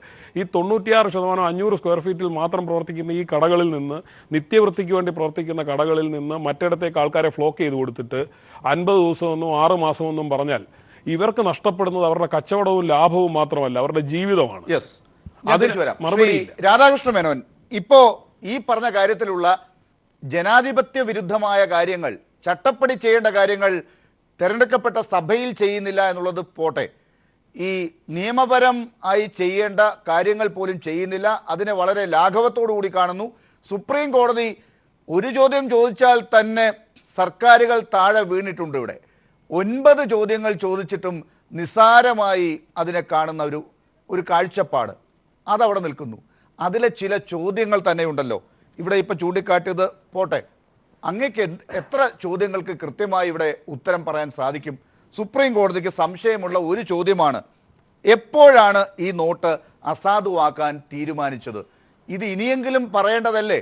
ഇത് അന്ന് 8-ാം തീയതിക്ക് മുമ്പ് പറഞ്ഞാൽ ആരൊക്കെയോ എന്തൊക്കെയോ കള്ളപ്പണം പൂഴ്ത്തി വെക്കും എന്നുള്ളതായിരുന്നല്ലോ നിങ്ങളുടെ പ്രശ്നം. അത് പിന്നീട് കള്ളപ്പണം പിടിച്ചില്ല എന്നുള്ളതും പോട്ടെ, ഇപ്പോൾ നിങ്ങൾ ഉത്തരം പറയേണ്ട ഒരു ചോദ്യമല്ലേ ഇത്? എന്ന് തീരുമാനിച്ചു? ഏതൊക്കെ യോഗങ്ങളിലാണ് തീരുമാനിച്ചത്? ആരൊക്കെ ഉണ്ടായിരുന്നു? അതോ നരേന്ദ്രമോദി ഒറ്റയ്ക്കിരുന്ന് ആലോചിച്ച് തീരുമാനമെടുത്തതാണോ? ഇതിപ്പോഴെങ്കിലും തുറന്നു പറയണ്ടേ? സുപ്രീം കോടതിയുടെ ചോദ്യമാണ്, സംശയമുണ്ട്. രണ്ടാമത്തെ ഒരു ചോദ്യം കൂടി ഞാൻ ചോദിക്കാം. തീരുമാനം തീർത്തും രഹസ്യമായിരുന്നോ എന്ന് സുപ്രീം കോടതി ചോദിക്കുകയാണ്. രഹസ്യമായിരുന്നോ എന്ന് സുപ്രീം കോടതിക്കും സംശയമുണ്ട്. ശ്രീ രാധാകൃഷ്ണ മേനോൻ, സുപ്രീം കോടതി തുറന്ന് അങ്ങനെ ചോദിച്ച് വിമർശിച്ചാൽ ഇന്ന് താഴെ പോകേണ്ടതാണ് സർക്കാർ. അങ്ങനെ ചോദിച്ചിട്ടില്ല. മയപ്പെടുത്തി ചോദിച്ച ഈ ചോദ്യങ്ങളുടെ ഉത്തരങ്ങൾ എന്താണ്? അല്ലെ, സുപ്രീം കോടതിയുടെ ചോദ്യത്തിന് ഏതായാലും ഞാൻ കൈരളി ചാനലിൽ കൂടെ അല്ല മറുപടി പറയേണ്ടത്, ഞാനല്ല മറുപടി പറയേണ്ടത്. അത് സുപ്രീം കോടതിയിൽ അധികാരപ്പെട്ടവർ പറയട്ടെ. ആ ചോദ്യങ്ങൾ ഇവിടെ കൈരളി TV ആരോടും ചോദിച്ചില്ല. ഇന്ന് എല്ലാ ചാനലുകളും ചോദിക്കുന്നുണ്ട് ഈ ചോദ്യം. അങ്ങയെപ്പോലുള്ള ഒരാളോട്, ഈ നാട്ടുകാർക്ക് പറഞ്ഞു കൊടുക്കാൻ വേണ്ടി BJP നിയോഗിച്ച അങ്ങയെപ്പോലുള്ള ഒരു വ്യക്തിയോട് ആ ഉത്തരം പറഞ്ഞു കിട്ടാൻ വേണ്ടി ആ ഉത്തരവാദിത്വത്തോടു കൂടി ഞാനൊരു ചോദ്യം ചോദിക്കുകയാണ്. സുപ്രീം കോടതി ചോദിച്ച ഈ 2 ചോദ്യങ്ങൾ എന്ന് കണക്കാക്കണ്ട, പക്ഷേ ന്യായമായ 2 ചോദ്യങ്ങൾ. ആ ചോദ്യത്തിൻ്റെ ഉത്തരങ്ങൾ എന്താണ് ശ്രീ രാധാകൃഷ്ണ മേനോൻ? ഇത് അസാധുവാക്കാൻ ആരെന്ന് തീരുമാനിച്ചു? ഈ തീരുമാനം തീർത്തും രഹസ്യമായിരുന്നോ? ഒറ്റ വാക്കിൽ പറയാവുന്നതല്ലേ ഉള്ളൂ. ഇത് പറയാൻ പറ്റാത്തതുകൊണ്ടാണ് നരേന്ദ്രമോദി പാർലമെന്റിൽ പോകാത്തത്. അല്ല ഇത് സംബന്ധിച്ച് റിസർവ് ബാങ്ക് തന്നെ കഴിഞ്ഞ ദിവസം പത്രസമ്മേളനം നടത്തിയപ്പോൾ പത്രക്കാർ ചോദിച്ചതിന് മറുപടി പറഞ്ഞിട്ടുണ്ടല്ലോ. ലാലിൻ്റെ ചാനലിലും അത് റെക്കോർഡ് ചെയ്ത് അത് ഉണ്ടാവും. റിസർവ് ബാങ്ക് തന്നെ കൃത്യമായ എന്തുകൊണ്ടാണ് അങ്ങേക്ക് കൃത്യമായി ഈ മണിക്കൂറിൽ ഈ ചർച്ചയിൽ അതിനൊരു ഉത്തരം പറയാൻ പറ്റാത്തത്? അങ്ങേക്ക് ആശങ്കയുണ്ടോ, കൺഫ്യൂഷൻ ഉണ്ടോ? എനിക്ക് പറ്റാത്തല്ലേ റിസർവ് ബാങ്ക് പറഞ്ഞത് ഇത് പെട്ടെന്നെടുത്ത ഒരു തീരുമാനമൊന്നും അല്ല എന്നാണ് പറഞ്ഞതെന്നാണ് ഞാൻ മനസ്സിലാക്കിയത്. അങ്ങനെ ഒഴുക്കൻ മട്ടിൽ പറയേണ്ടതല്ല ഇപ്പോൾ ആ ഉത്തരങ്ങൾ. രാജ്യത്തിന്റെ ഭാവിയെ നിർണ്ണയിക്കുന്ന ചില ചോദ്യങ്ങളാകുമ്പോൾ അത് 8-ാം തീയതിക്ക് മുമ്പ് പറയുന്നതിന് പ്രശ്നമുണ്ട് എന്നുള്ളത് പറഞ്ഞത് വകവയ്ക്കാം ശ്രീ രാധാകൃഷ്ണ മേനോൻ. പക്ഷെ ഇപ്പോൾ പറയണ്ടേ എന്നൊക്കെ ആരൊക്കെ കൂടി എടുത്ത തീരുമാനങ്ങളാണ്? എവിടെ വെച്ച് കൂടിയ തീരുമാനങ്ങളാണ്? അവിടെ ആരൊക്കെ ഉണ്ടായിരുന്നു? റിലയൻസിന്റെ ആളുകൾ ഉണ്ടായിരുന്നു എന്ന് പറയുന്നവർക്ക് ഒരു മറുപടി കൊടുക്കണ്ടേ നിങ്ങൾക്ക്? അതല്ലെങ്കിൽ BJP-യുടെ ചില ആളുകൾക്ക് ചോർത്തി കൊടുത്തു എന്ന് പറഞ്ഞതിന് മറുപടി കൊടുക്കണ്ടേ നിങ്ങൾക്ക്? അപ്പോൾ ആരൊക്കെയാണ് അവിടെ ഉണ്ടായിരുന്നത് എന്ന് കൃത്യമായി ഇപ്പോഴെങ്കിലും പറയണ്ടേ?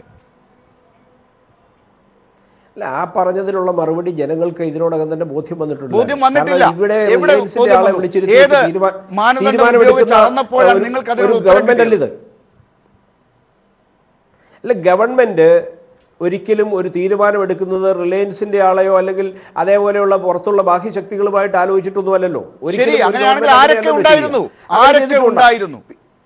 അല്ല, അതിപ്പോ ആരൊക്കെ ഉണ്ടായിരുന്നു, എങ്ങനെ തീരുമാനമെടുത്തു എന്നുള്ളതിനെ സംബന്ധിച്ച് കൃത്യമായ ഉത്തരം കോടതിയുടെ ബോധ്യം വരുന്ന രീതിയിൽ കൊടുക്കുമ്പോൾ നമുക്ക് തമ്മിൽ പറയാം. അതിനപ്പുറത്ത് അതിനിടയിൽ കടന്നു കയറി പറയാൻ മാത്രമുള്ള അതായത് ഒന്നുകിൽ അങ്ങേപ്പോലുള്ളവർക്കും BJP-യുടെ നേതാക്കൾക്ക് പോലും അതിനുള്ള ഉത്തരം കൃത്യമായി പറയാൻ പറ്റുന്നില്ല, അല്ലെങ്കിൽ ഈ സംശയങ്ങൾക്കൊക്കെ അടിസ്ഥാനമുണ്ട്, അതുകൊണ്ട് കൃത്യമായി ഉത്തരം പറയാതെ ഉഴപ്പിപ്പോകുന്നു, ഇങ്ങനെയാണ് കരുതേണ്ടി വരിക.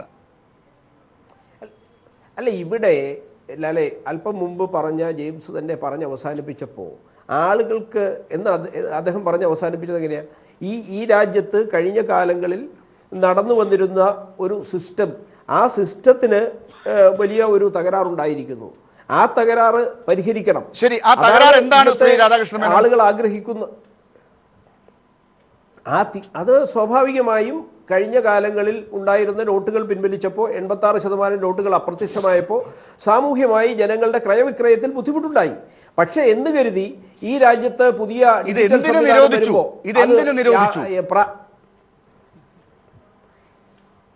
ഈ നമ്മുടെ രാജ്യത്ത് നാളിതുവരെ അക്കൗണ്ടിംഗ് സിസ്റ്റത്തിന്റെ വ്യവസ്ഥിതിയെ സംബന്ധിച്ചിട്ടുള്ള ആകെയുള്ള തകരാറുകൾ പരിഹരിക്കാൻ ഒരു ഗവൺമെന്റിന് ബാധ്യതയുണ്ട്. ഈ തകരാറുകൾ എന്താണ്? 1, 2, 3 ഒന്ന് എണ്ണി പറയൂ. ആ തകരാറുകൾ ഒന്ന് പറയൂ. എല്ലാ തകരാറുകളും തീർക്കാൻ ഈ 1000, 500 രൂപ നോട്ടുകൾ ഇങ്ങനെ നിരോധിക്കലല്ല എന്ന് കോടതി പറഞ്ഞിരിക്കുന്നു. ഇത് ബുദ്ധിപരമായ തീരുമാനമല്ല, ഇത് നിരോധിക്കലല്ല ചെയ്യേണ്ടത്, ബുദ്ധിപരമായ നിയന്ത്രണമാണ്. നിങ്ങൾക്ക് ബുദ്ധിയില്ല എന്ന് സുപ്രീം കോടതി പറഞ്ഞിരിക്കുന്നു. ലാലെ, ഈ കഴിഞ്ഞ 4-ാം തീയതി പാകിസ്ഥാനില് ജാവേദ് ഖാനാനി എന്ന് പറയുന്ന വലിയ ഒരു സാമ്പത്തിക രംഗത്തെ പാരലൽ സിസ്റ്റത്തിൻ്റെ വക്താവായിട്ടുള്ള ഒരു വ്യക്തി മരണപ്പെട്ടു ദുരൂഹമായി. ആ മരണപ്പെടാനിടയായ സാഹചര്യം എന്താണ് എന്നുള്ളത് വരും ദിവസങ്ങളിൽ പുറത്തു വരാനിരിക്കുന്നേ ഉള്ളൂ. ഏതായാലും അത് സംബന്ധിച്ച് റിപ്പോർട്ട് നിങ്ങളാരും പുറത്തുവിട്ടിട്ടില്ല.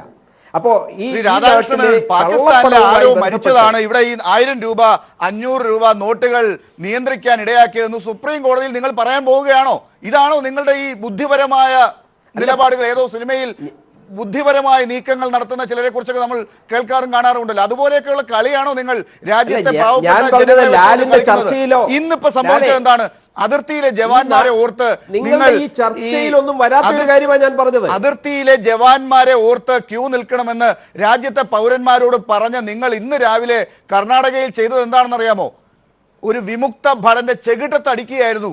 ATM-ൽ പോയി പൈസ എടുക്കാൻ പോയ ആ കഷ്ടപ്പാടിനിടയിൽ അവിടെ ബുദ്ധിമുട്ടിയ ക്യൂവിൽ നിന്ന് തള്ളിയതിന്, ചോദ്യങ്ങൾ ചോദിച്ചതിന് ഒരു വിമുക്ത ഭടന്റെ ചെവിട്ടത്ത് എത്ര അടിയാണ് അടിച്ചത്?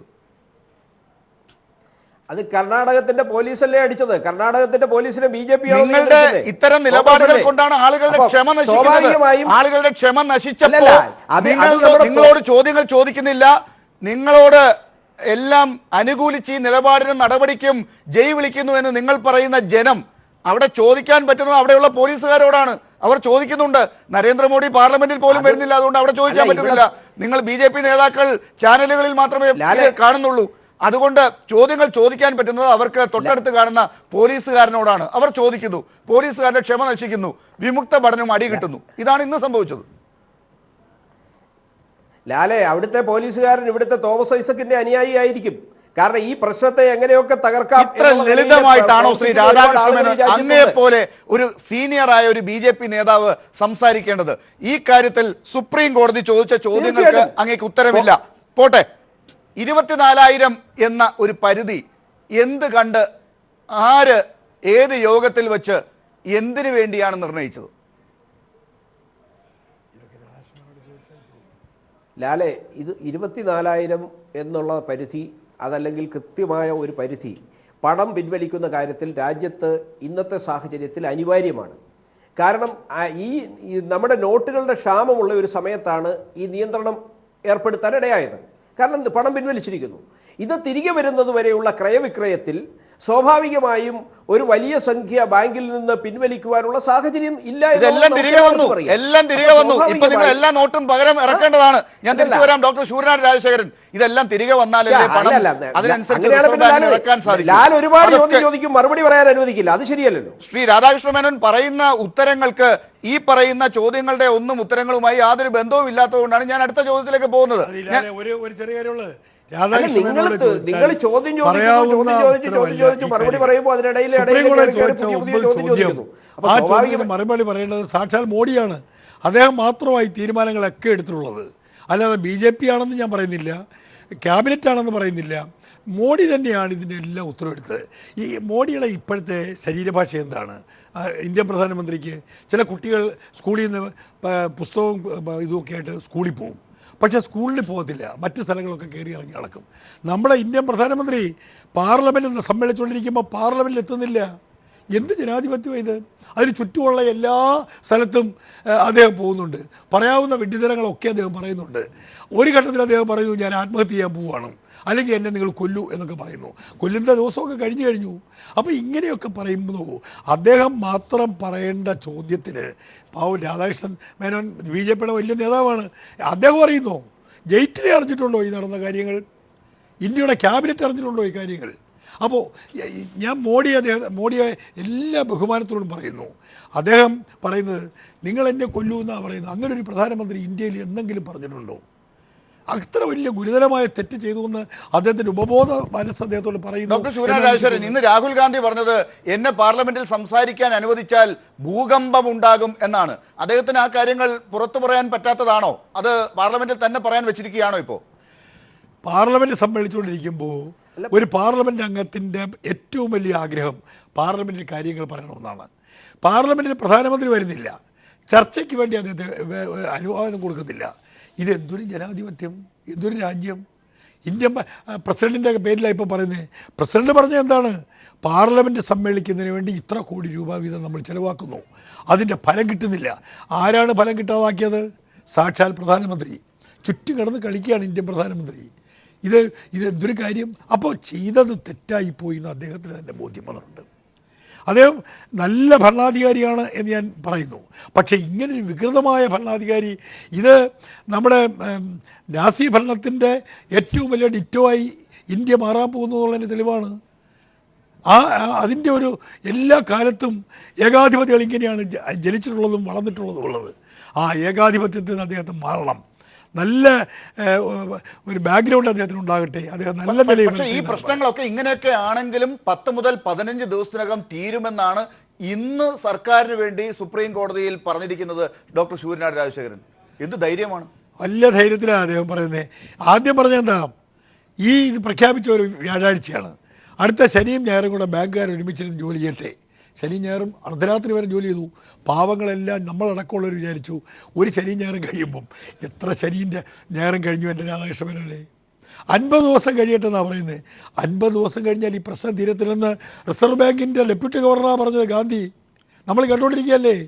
രാധാകൃഷ്ണനോട് ചോദിച്ച ഈ ചോദ്യങ്ങളൊക്കെ പത്രക്കാർ ഗാന്ധിയോട് ചോദിച്ചു, ഡെപ്യൂട്ടി ഗവർണറോട്. അദ്ദേഹത്തിന് അതിനൊന്നും മറുപടിയില്ലായിരുന്നു. അദ്ദേഹത്തിന് മറുപടിയില്ലാത്ത എന്താ? റിസർവ് ബാങ്ക് അറിഞ്ഞിട്ടുണ്ടോ ഈ കാര്യങ്ങളൊക്കെ? ഇതൊക്കെ ചെയ്തിട്ടുള്ളത് ഇന്ത്യൻ മോഡി ഒരാൾ തന്നെയല്ല ചെയ്തെന്നുള്ളതിന് തെളിവല്ലേ ഇതൊക്കെ? റിസർവ് ബാങ്ക് അറിഞ്ഞിട്ടില്ലതൊന്നും. ശരി, ശ്രീ MM മോനായി, ഇത് നരേന്ദ്രമോദി ഒറ്റയ്ക്കെടുത്ത തീരുമാനം എന്നാണ് ഡോക്ടർ ശൂരനാട് മനസ്സിലാക്കുന്നത്. ഈ രാധാകൃഷ്ണ മേനോൻ ഉൾപ്പെടെയുള്ളവർക്ക് ആ ഒരു പ്രതിസന്ധി ഉണ്ടെന്ന് ഉത്തരം പറയുന്നതിൽ നിന്ന് നമുക്ക് വ്യക്തമാകുന്നുണ്ടല്ലോ. അവരാരും ഇത് അറിഞ്ഞിട്ടില്ല. അരുൺ ജെയ്റ്റ്ലി ഉൾപ്പെടെയുള്ളവർക്ക് പല കാര്യങ്ങളും അറിയാനും സാധിച്ചിട്ടില്ല. ഇനി എന്തായിരുന്നാലും ശരി, ഇത്രയൊക്കെ ബുദ്ധിശൂന്യമായ തീരുമാനങ്ങൾ എടുത്തു എന്ന് കോടതിയെ കൊണ്ട് പോലും പറയിച്ചതിന് ശേഷം ഇനി പ്ലാസ്റ്റിക് എക്കോണമിയിലേക്ക്, അല്ലെങ്കിൽ കാഷ്ലെസ് എക്കോണമിയിലേക്ക് ഒക്കെ മാറുന്നു. സഹകരണ മേഖല ഇനി എങ്ങോട്ടേക്കാണെന്നുള്ളത് ഇനിയും കാത്തിരിക്കേണ്ടി വരുന്ന സന്ദർഭമാണ് ഉണ്ടാകാൻ പോകുന്നത്. ഇതെല്ലാം സമയമെടുത്ത് 10-15 ദിവസത്തിനകത്ത് തീർക്കുമെന്ന് ഇന്ന് സർക്കാർ കോടതിയിൽ പറഞ്ഞിട്ടുണ്ട്. ഇനി 10 അല്ല 15 അല്ല, കുറച്ച് ദിവസങ്ങൾ കഴിഞ്ഞിട്ടാണെങ്കിലും അടുത്തൊരു തെരഞ്ഞെടുപ്പിന് മുമ്പ് കാര്യങ്ങളെല്ലാം ശരിയാക്കി ഇവിടെ നേരത്തെ ശ്രീ ജോസഫ് സി മാത്യു അനുമാനിച്ചതുപോലെ മറ്റു ചില അജണ്ടകളിലൂടെ രാജ്യത്ത് BJPയുടെ ചില അജണ്ടകൾ നടപ്പിലാക്കിയെടുത്ത് ജനങ്ങളെ സമീപിക്കുക എന്നതിലേക്ക് പോകാൻ BJPക്ക് ആകുമോ ഇങ്ങനെ പോയാൽ? ഈ 15 ദിവസം കൊണ്ടൊന്നും ഈ പ്രതിസന്ധി തീരുമെന്ന് ഞാൻ കരുതുന്നില്ല. കാരണം ഇത് ഒറ്റയ്ക്കെടുത്ത തീരുമാനമാണോ കൂട്ടായെടുത്ത തീരുമാനമാണോ എന്നതിനേക്കാൾ പ്രധാനം നമ്മളുടെ നാട്ടിലെ രാജ്യത്തിലെ ജനങ്ങൾ അനുഭവിക്കുന്ന ബുദ്ധിമുട്ടുകളെ ഒരു ഗവൺമെൻറ് കാണുന്നില്ല എന്നുള്ളതാണ് ഏറ്റവും ഗുരുതരമായൊരു പ്രശ്നം. പ്രധാനമന്ത്രി പറഞ്ഞ എന്താണ്? കള്ളപ്പണത്തെ നിയന്ത്രിക്കാൻ. ഇപ്പോൾ രാജ്യത്ത് വന്നിരിക്കുന്ന സ്ഥിതി എന്താണ്? 14,85,00,00,000 രൂപയുടെ നോട്ടുകളാണ് 500-ൻ്റെ 1000-ന് ഉണ്ടായിരുന്നത്. ഇപ്പോൾ ഏതാണ്ട് 12,00,00,000 നോട്ടുകൾ വന്നു കഴിഞ്ഞു. 1,28,00,000 രൂപ ഇതിനു വേണ്ടി ചിലവായി. അപ്പോൾ ഇവിടെ കള്ളപ്പണം എവിടെ? അപ്പോൾ കള്ളപ്പണമില്ല. പിന്നെ മറ്റൊന്ന്, ഇതിന് പകരം ബദൽ സംവിധാനങ്ങൾ ഏർപ്പെടുത്താൻ ഇന്നും അറ്റോർണി ജനറൽ സുപ്രീം കോടതി പറഞ്ഞതാണ്. അറ്റോർണി ജനറൽ പറഞ്ഞ നോട്ടിൻ്റെ ക്ഷാമം. അപ്പോൾ 4,700 കോടി നോട്ടുകളാണ് വേണ്ടത്.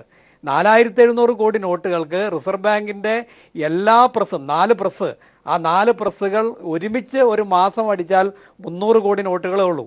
അപ്പോൾ ഈ പ്രതിസന്ധി തീരാൻ എങ്ങനെ വന്നാലും 6 മാസത്തിനും 1 വർഷത്തിനിടയ്ക്ക് സമയം വേണം.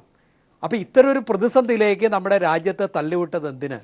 ഇതാണ് ഏറ്റവും പ്രധാനപ്പെട്ട പ്രശ്നം. അപ്പോൾ ഈ പ്രശ്നത്തെ രാജ്യത്തെ ആകെ ശരിയാക്കി വിട്ടിട്ട് ഇപ്പം ശരിയാക്കി തരാമെന്നൊരു സിനിമ പറയുന്ന പോലെ എങ്ങനെയാണ് ശരിയാക്കാൻ സാധിക്കുന്നത്? ഈ നാട്ടിലെ കള്ളപ്പണക്കാർ മുഴുവൻ രക്ഷപ്പെട്ടു. ഈ പറയുന്ന ഇത്രയും നോട്ടുകൾ തിരികെ എത്തിക്കാൻ വേണ്ടിയിട്ടാണ് ഈ 6 മാസത്തെ സമയം വേണ്ടി വരുന്നത്. ഇപ്പോൾ സർക്കാർ പറയുന്നത് ക്യാഷ്ലെസ് ഇക്കോണമിയെ കുറിച്ചാണല്ലോ. അപ്പൊ ഈ നോട്ടുകൾ മുഴുവൻ അടിച്ചാൽ അത് വേസ്റ്റ് ആവില്ലേ? അങ്ങനെയുള്ള നോട്ടുകൾ വരികയല്ലല്ലോ വേണ്ടത് ക്യാഷ്ലെസ് ആണ് എങ്കിൽ. അപ്പോൾ എന്താണ് ശരിക്കും നടക്കാൻ പോകുന്നത്? ഈ ക്യാഷ്ലെസ് എക്കണോമി എന്ന് പറയുന്നത് നമ്മൾ വികസിച്ച രാജ്യങ്ങളെടുക്കുക. അപ്പോൾ ഇപ്പോൾ ജപ്പാനിൽ അത് 18%, അമേരിക്കയിൽ 45%, സിംഗപ്പൂരിലാണ് ഏറ്റവും കൂടുതൽ ശതമാനം 61%. അപ്പോൾ ഏറ്റവും വികസിച്ച രാജ്യങ്ങളിൽ പോലും ക്യാഷ്ലെസ് എക്കണോമി എന്ന് പറയുന്നത് പ്രായോഗികമല്ല. അപ്പോൾ അമേരിക്കയിൽ പോലും പഠനം പറയുന്നത് അവരുടെ റീറ്റെയിൽ ചെറിയ ആവശ്യങ്ങൾക്ക് അവർ ഉപയോഗിക്കുന്ന ക്യാഷാണ്. കാരണം എന്താ വെച്ച് കഴിഞ്ഞാൽ ഈ പ്ലാസ്റ്റിക് മണി അല്ലെങ്കിൽ ക്യാഷ്ലെസ് എക്കണോമിക്ക് നമ്മൾ അനാവശ്യമായ തുക നമ്മളിൽ നിന്ന് ക്യുമുലേറ്റീവായിട്ട് മേടിക്കുകയാണ്. ഇപ്പോൾ റെയിൽവേയിൽ നിന്ന് ഓൺലൈനായിട്ട് റെയിൽവേ ടിക്കറ്റ് എടുക്കുമ്പോൾ 20 രൂപയാണ് സ്ലീപ്പർ ടിക്കറ്റിന്. അതിന് ഉള്ള ചാർജിന് 40 രൂപ, അതിന് പുറമെ സർവീസ് ചാർജ്. അതുപോലെ തന്നെ എന്തിനും ക്യാഷ്ലെസ് എക്കണോമി ഓൺലൈനായിട്ടെല്ലാം ക്യുമുലേറ്റീവായിട്ട് ഇത് വരുന്നത് കൊണ്ട് ക്യാഷ്ലെസ് എക്കണോമി സാമ്പത്തികമായി കഴിവുള്ള ഒരാളുകൾക്ക് മാത്രമേ സാധിക്കുകയുള്ളൂ.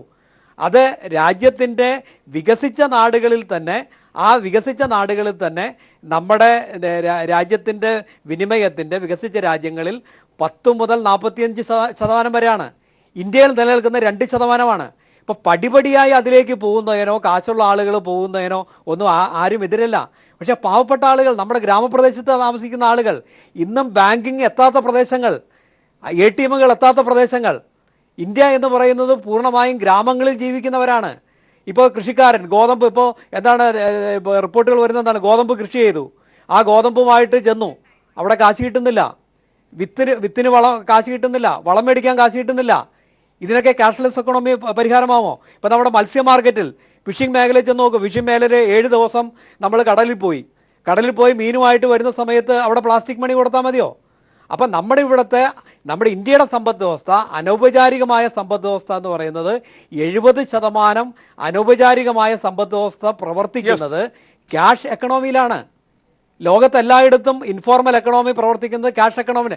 ഈ ക്യാഷ് എക്കണോമിക്ക് ക്യാഷ്ലെസ് എക്കണോമിക്ക് പോകുന്നതിന് ഒരു ബ്രീത്തിങ് ടൈമോ ഒരു പീരീഡ് കൊടുത്തില്ലെങ്കിൽ അതിഭയങ്കരമായ നാശത്തിലേക്കായിരിക്കും പോകുന്നത്. അതാണ് വരാവുന്ന അപകടം. എല്ലാ ഭരണാധികാരികളും ഇപ്പൊ അതാണ് സമയമാണ്. കോടതിയും ചോദ്യങ്ങൾ ചോദിച്ചിരിക്കുന്നു. സഭയിലോ കോടതിയിലോ ഉത്തരം കിട്ടുമോ? ഇടവേളയ്ക്ക് ശേഷം. ശ്രീ ജോസഫ് സി മാത്യു, ഇപ്പോൾ കോടതി ഇന്ന് ഈ ചോദ്യങ്ങളൊക്കെ ചോദിക്കുമ്പോൾ അതിൻ്റെ അർത്ഥം ഈ കാര്യങ്ങളിലൊക്കെ കോടതിക്ക് സംശയമുണ്ട് എന്നാണ്. ഈ പ്രശ്നങ്ങൾ ഉള്ളത് കൊണ്ട് തന്നെയാണോ വോട്ടിങ്ങോടുകൂടിയുള്ള ഒരു ചർച്ചയ്ക്ക് ഇതുവരെ പാർലമെന്റിൽ പ്രധാനമന്ത്രി മുതിരാതിരുന്നത്? അഭിപ്രായം പ്രതിപക്ഷത്തിനും ഒരു ട്രിക്ക് മിസ് ചെയ്തു എന്ന് തന്നെയാണ്. അത് യഥാർത്ഥത്തിൽ പാർലമെൻറ്റിൽ ചർച്ച ചെയ്യേണ്ടത് തന്നെയായിരുന്നു. അത് ഇന്ന് അത് വളരെ വ്യക്തമായി പുറത്തു വന്നില്ലേ? ചർച്ചയ്ക്ക് തയ്യാറായ ഘട്ടത്തിൽ ചർച്ച ഭരണപക്ഷം തടസ്സപ്പെടുത്തുന്നത് നിങ്ങൾ കണ്ടില്ലേ? അങ്ങനെ കാണാറുണ്ടോ? അത് നടത്തിക്കൊണ്ട് പോകാൻ വേണ്ടി ഒരു മന്ത്രിയുള്ള ഒരു സംവിധാനമാണ് നമുക്കുള്ളത്. എന്നിട്ട് ഭരണപക്ഷം തന്നെ അത് തടയുക എന്ന് പറഞ്ഞാൽ അവർക്ക് ഈ ഉത്തരങ്ങൾ കൊടുക്കാനില്ല. ഒരു ഡിസ്കഷൻ ടേബിളിൽ നമ്മൾ തന്നെ കാണുന്നുണ്ടല്ലോ, രാജ്യത്തെമ്പാടും പുറത്ത് ഡിസ്കസ് ചെയ്യുന്നിടത്ത് എന്ത് മറുപടികളാണ് ഇവർക്ക് പറയാനുള്ളത്. ഇപ്പോൾ പറഞ്ഞ ലക്ഷ്യങ്ങളിൽ നിന്നെല്ലാം മാറി പറയുകയാണ്. യഥാർത്ഥത്തിൽ ഇതിൻ്റെ ഒരു ഡേഞ്ചർ എന്ന് പറഞ്ഞാൽ ആദ്യത്തേത് കള്ളനോട്ട് തടയാൻ എന്ന് പറഞ്ഞു. അപ്പോൾ നിലവിലുള്ള കള്ളനോട്ടുകളെ ഫ്ലഷ് ഔട്ട് ചെയ്യാൻ ഈ സംവിധാനത്തിന് കഴിയും. പക്ഷേ അങ്ങനെ 86% കറൻസി പിൻവലിച്ച് വീണ്ടും അടിക്കുന്ന സമയത്ത് കള്ളനോട്ടുകൾ ഭാവിയിൽ തടയാനുള്ളൊരു സ്റ്റെപ്പ് എടുക്കേണ്ടതല്ലേ? യഥാർത്ഥത്തിൽ പല രാജ്യങ്ങളും പോളിമർ കറൻസിയിലേക്ക് മാറുന്നു. RBI ഇത് പൈലറ്റ് ചെയ്തതാണ്. റിസർവ് ബാങ്കിൻ്റെ ഗവർണർ ഇത് പരസ്യമായി പറഞ്ഞതാണ്. നമ്മുടെ ധനമന്ത്രി പാർലമെൻറ്റിൽ പറഞ്ഞതാണ്. എന്നിട്ട് 86% ഇൻവാലിഡേറ്റ് ചെയ്തിട്ട് വീണ്ടും പ്രിന്റ് ചെയ്യുന്ന സമയത്ത് അതിനെക്കുറിച്ച് ചിന്തിച്ചില്ല എന്ന് പറഞ്ഞാൽ നിങ്ങളൊന്ന് ആലോചിച്ച് വീണ്ടും പഴയ ഒരു അവസ്ഥയിലേക്കാണ് രാജ്യം സ്ഥായിയായ യാതൊരു നേട്ടവും ഇല്ലാത്ത ഒരു നടപടി. നിങ്ങൾ ആലോചിക്കേണ്ടത് RBIയുടെ ഗവർണർ തന്നെ പറഞ്ഞത് ഇത് വൺസ് ഇൻ എ ലൈഫ് ടൈമാണ്. അപ്പോൾ വരുന്ന പിൻഗാമികൾക്ക് ഇപ്പോൾ ഇന്ന് മറ്റൊരു മുൻ RBI ഗവർണർ പറയുന്നത് ഇത് UPA സർക്കാരിൻ്റെ കാലഘട്ടത്തിലും ആലോചിച്ചിരുന്നതാണ്.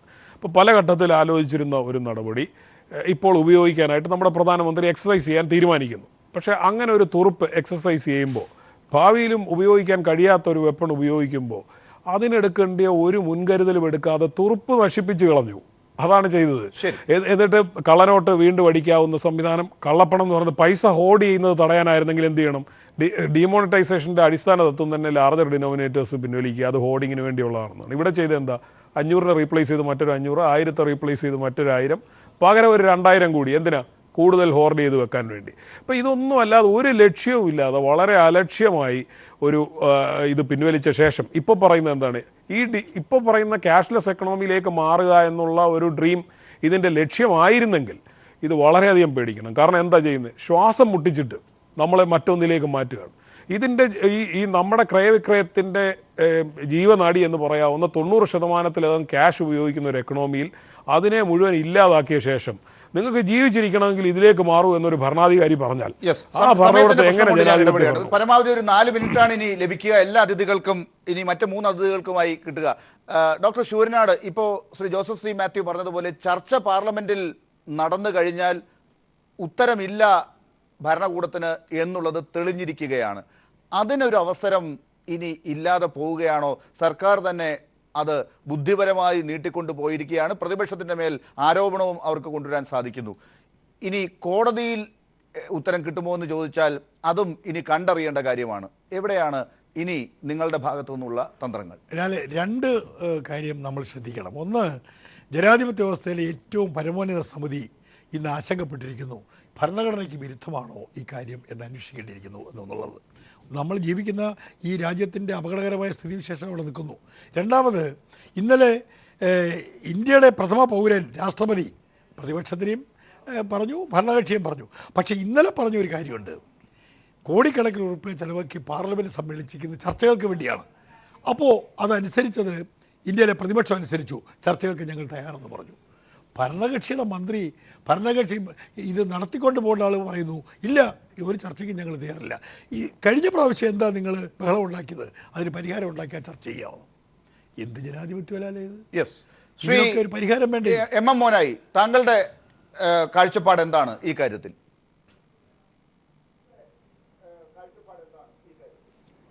എല്ലാ ഏകാധിപതികളും ചർച്ചകളെ ഭയപ്പെടുകയാണ്. കാരണം അവരെടുക്കുന്ന തീരുമാനങ്ങളുടെ ശരി എന്ന് പറഞ്ഞുകൊണ്ട് നമ്മുടെ രാഷ്ട്രീയത്തിലെ ധാർമ്മികത ഇവിടെ അവസാനിച്ചിരിക്കുകയാണ്. പണ്ട് തീവണ്ടി അപകടം ഉണ്ടായതിനെ തുടർന്ന് അതിൻ്റെ ധാർമ്മിക ഉത്തരവാദിത്വം ഏറ്റെടുത്ത് രാജിവെച്ച പാരമ്പര്യമാണ് നമ്മുടെ ദേശീയ രാഷ്ട്രീയത്തിൻ്റെ. ഇപ്പോൾ സുപ്രീം കോടതി 9 ചോദ്യങ്ങൾ കേന്ദ്ര ഗവൺമെൻറ്റിനെതിരെ ചോദിച്ചിട്ടും യാതൊരു കൂസലുമില്ല എന്ന് പറയുന്നത് അത് ജനാധിപത്യത്തിൻ്റെ ശബ്ദമല്ല, ജനാധിപത്യത്തെ മാനിക്കുന്ന ശബ്ദമല്ല, ജനങ്ങളെ കണക്കിലെടുക്കുന്ന ശബ്ദമല്ല. അത് ചില ആളുകളുടെ അജണ്ടകൾ മാത്രം നടപ്പിലാക്കുന്ന ശബ്ദമാണ്.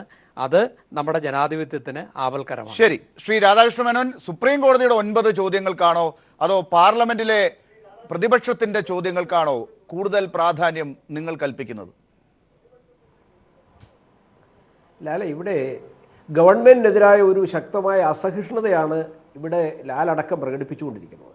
കാരണം ഇത് ഈ നാട്ടിലെ ജനങ്ങളോട് ഞങ്ങൾ കൊടുത്ത BJP തെരഞ്ഞെടുപ്പിന് മുമ്പ് കൊടുത്ത വാഗ്ദാനമാണ് ഈ രാജ്യത്തെ സാമ്പത്തിക സുസ്ഥിരതയും കള്ളപ്പണമില്ലായ്മയും അതിനായിട്ടുള്ള വാഗ്ദാനം നടപടികൾ ലംഘിച്ചിരിക്കുന്നു. ഇപ്പോൾ ഒന്നായി സാമ്പത്തിക സുസ്ഥിരതയും ഇല്ല. ആരംഭിക്കുന്നു. ആ നടപടികളെ തടഞ്ഞു നിർത്താൻ വേണ്ടി വളരെ ആസൂത്രിതമായി നടത്തുന്ന ഒരു പരിശ്രമം പാർലമെന്റിൽ ഇന്ത്യയുടെ പ്രസിഡന്റും അതേപോലെ ആദരണീയനായ അഡ്വാനിയും പറയുന്നു ഇന്ത്യൻ പാർലമെന്റിനെ കുറിച്ച്. ഇന്ത്യൻ പാർലമെന്റ് പ്രവർത്തിക്കേണ്ടതിന്റെ ആവശ്യകതയെ ആദരണീയനായ അഡ്വാനി ചോദിച്ചത് ആരോടാണ് എന്നുള്ളത് ശ്രീ രാധാകൃഷ്ണ മേനോന് അറിയാമായിരിക്കും. അല്ലല്ല രണ്ടാളിനും പറയാനിടയായ സാഹചര്യം പ്രതിപക്ഷവും ഭരണകക്ഷിയും അവിടെ ബഹളമുണ്ടാക്കാനുള്ള വേദിയാക്കരുത് എന്ന് പറയുമ്പോൾ ഈ ആരാണ് ബഹളമുണ്ടാക്കിയത് ശ്രീ രാധാകൃഷ്ണൻ? പ്രതിപക്ഷമാണ് യഥാർത്ഥത്തിൽ. അല്ല, ചർച്ച നടത്താൻ അനുവദിക്കാതെ പ്രതിപക്ഷം കാട്ടിക്കൂട്ടിയ, കാരണം അവർക്ക് ആകെ ഐക്യത്തോടു കൂടി ധർണ നടത്താൻ ഇന്നലെ വരെ പ്രതിപക്ഷം പറഞ്ഞത് കള്ളപ്പണക്കാരുടെ ഒരു സംസ്ഥാനത്തും മാപ്പ് പറഞ്ഞിട്ട് പ്രധാനമന്ത്രി ഉത്തരം ഇവിടെ പ്രതിപക്ഷങ്ങൾക്ക് ഒരുമിച്ച് ഒരു സംസ്ഥാനത്തും ഇതിനെതിരെ പ്രതികരിക്കാൻ സാധിച്ചില്ല. അത് സാധ്യമല്ലാതെ നിങ്ങൾ എല്ലാവരും ഒരുമിച്ച് സംസാരിക്കാൻ അനുവദിച്ചിരുന്നുവെങ്കിൽ ഭൂകമ്പം ഉണ്ടാകുമെന്നാണ് അദ്ദേഹം പറഞ്ഞത്. അങ്ങനെ ഭൂകമ്പം ഉണ്ടാകുമോ എന്ന് പരീക്ഷിക്കാമായിരുന്നല്ലോ ഇന്ന് അദ്ദേഹത്തെ സംസാരിക്കാൻ അനുവദിച്ചിരുന്നുവെങ്കിൽ. അല്ല, രാഹുൽ ഗാന്ധി സംസാരിച്ചാൽ എന്ത് ഭൂകമ്പം ഉണ്ടാകുമെന്ന് നമുക്ക് എല്ലാവർക്കും അറിയാം. അതുകൊണ്ട് രാഹുൽ ഗാന്ധി സംസാരിക്കാൻ അനുവദിക്കാത്തതല്ല പ്രശ്നം. ഈ ഇന്ത്യൻ പാർലമെന്റിലെ രാജ്യസഭയിലും പ്രതിപക്ഷത്തെ കുറ്റപ്പെടുത്തി തെറ്റാണെന്ന് തെളിഞ്ഞു. നിങ്ങൾക്കും ചർച്ച ആവശ്യമില്ല എന്നുള്ളത് തെളിഞ്ഞിരിക്കുന്നു. പ്രതിപക്ഷത്തിന് ഒരുമിച്ച് നിന്ന് ബഹളമുണ്ടാക്കാൻ മാത്രമേ സാധ്യമാവൂ എന്ന് അവർ കാണിച്ചുകൊണ്ടിരുന്നത് പാർലമെന്റിനുള്ളിലാണ്. അതിനപ്പുറത്തൊന്നും നടക്കില്ലായിരുന്നു. ഈ അസഹിഷ്ണുതയാണ്. കാരണം ഇവിടുത്തെ ജനങ്ങളോട് പറഞ്ഞ വാക്ക് പാലിക്കുവാനുള്ള ബാധ്യത ഏറ്റെടുത്തുകൊണ്ടാണ് ഈ ഗവൺമെന്റ് പ്രവർത്തിക്കുന്നത്. ആ ഗവൺമെന്റിനെ പ്രവർത്തിക്കാൻ അനുവദിക്കേണ്ട ബാധ്യതയുണ്ട്. അതിനു പകരം ആ ജനങ്ങളോടുള്ള പ്രതിബദ്ധത നിറവേറ്റുമ്പോൾ അതിനെ നിരന്തരമായി തടസ്സപ്പെടുത്താനുള്ള പരിശ്രമം മാത്രമാണ് നിങ്ങൾ നടത്തിക്കൊണ്ടിരിക്കുന്നത്. ശ്രീ രാധാകൃഷ്ണ മേനോൻ, പാർലമെന്റിൽ ഇപ്പോഴത്തെ ഏറ്റവും അവസാനത്തെ ചോദ്യം, ഒരു സെക്കൻഡെങ്കിലും ഉത്തരം പറയാൻ പറ്റുമോ? 15 ലക്ഷം രൂപ അക്കൗണ്ടിൽ കൊണ്ടുവരുമെന്ന് പറഞ്ഞിട്ട് ഇപ്പൊ ഉള്ള 15,000 രൂപ എടുക്കാൻ പറ്റുന്നില്ല എന്നാണ് ജോസഫ് സി മാത്യു പറയുന്നത്.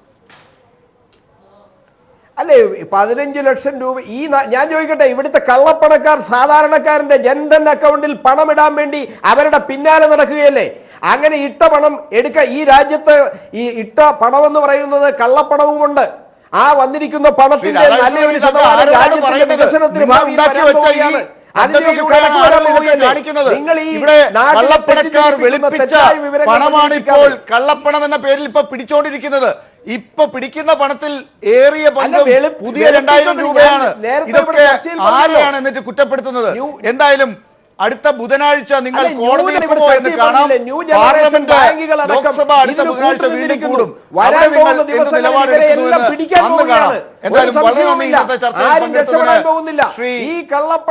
ശൂരനാട് രാജശേഖരൻ, ശ്രീ എം എം മോനായി, ശ്രീ രാധാകൃഷ്ണ മേനോൻ, ശ്രീ ജോസഫ് സി മാത്യു.